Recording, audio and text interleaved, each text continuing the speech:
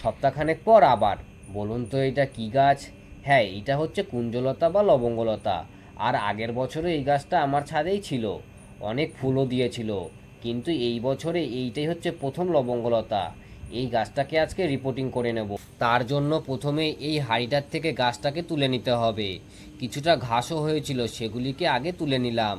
এইবার চেষ্টা করব গোড়ায় কিছুটা মাটি সমেত তোলার জন্য। যদি গোড়ার রুটবলটা নষ্ট না হয় তাহলে গাছটা খুবই হেলদিভাবে বেড়ে উঠবে। রিপোর্টিংয়ের স্ট্রেসটা আর নিতেই হবে না গাছটাকে। কিন্তু দুঃখজনকভাবে গোড়ার মাটি ছাড়াই শুধু গাছটাই উঠে আসলো।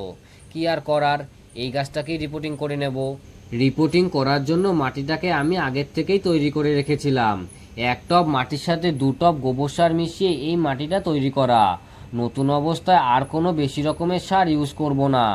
এইবার টবে মাটি ভরে নেব। তারপর টবের মাঝখানে মাটিটাকে একটুখানি সরিয়ে গাছটাকে ওই ফাঁকা জায়গাটায় লাগিয়ে দেব। তারপর গোড়ার মাটিটাকে হালকা হাতের প্রেসার দিয়ে গোড়াটাকে একটু শক্ত করে দেব।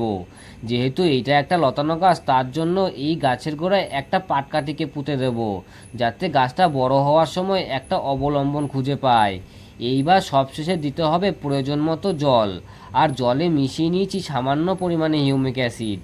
এই হিউমিক অ্যাসিড গাছের শিকড় বৃদ্ধিতে অনেক সাহায্য করবে। সবশেষে গাছটাকে রাখতে হবে একটা ছায়াযুক্ত স্থানে। এমনিতেই গাছের রুট বলটা ভেঙে গেছে, তার মধ্যে যদি এটাকে ছায়ায় না রাখি তাহলে পুরো গাছটা নেতিয়ে হয়তো মরেই যাবে। 2-4 দিন পরে গাছের আপডেট দেব। আজকের মতো এখানেই শেষ।